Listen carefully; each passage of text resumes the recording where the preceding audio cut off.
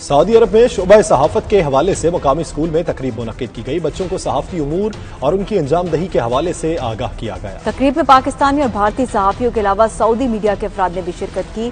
عمیر علی کی report.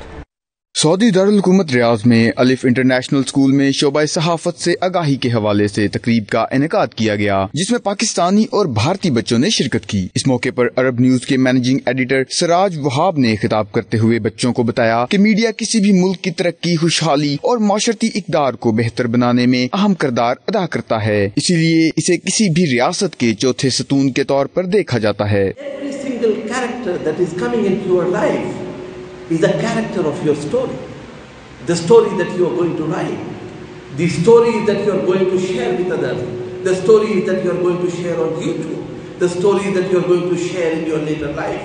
You will decide, all this will help you make a very informative decision in your future life.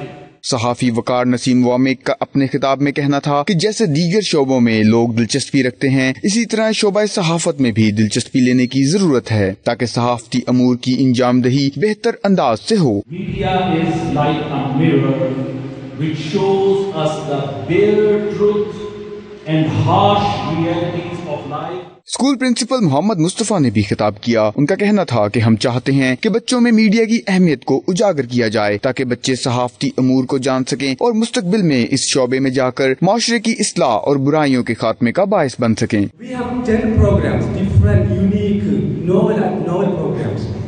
It's a 1-month-long program. This is the first program we are doing.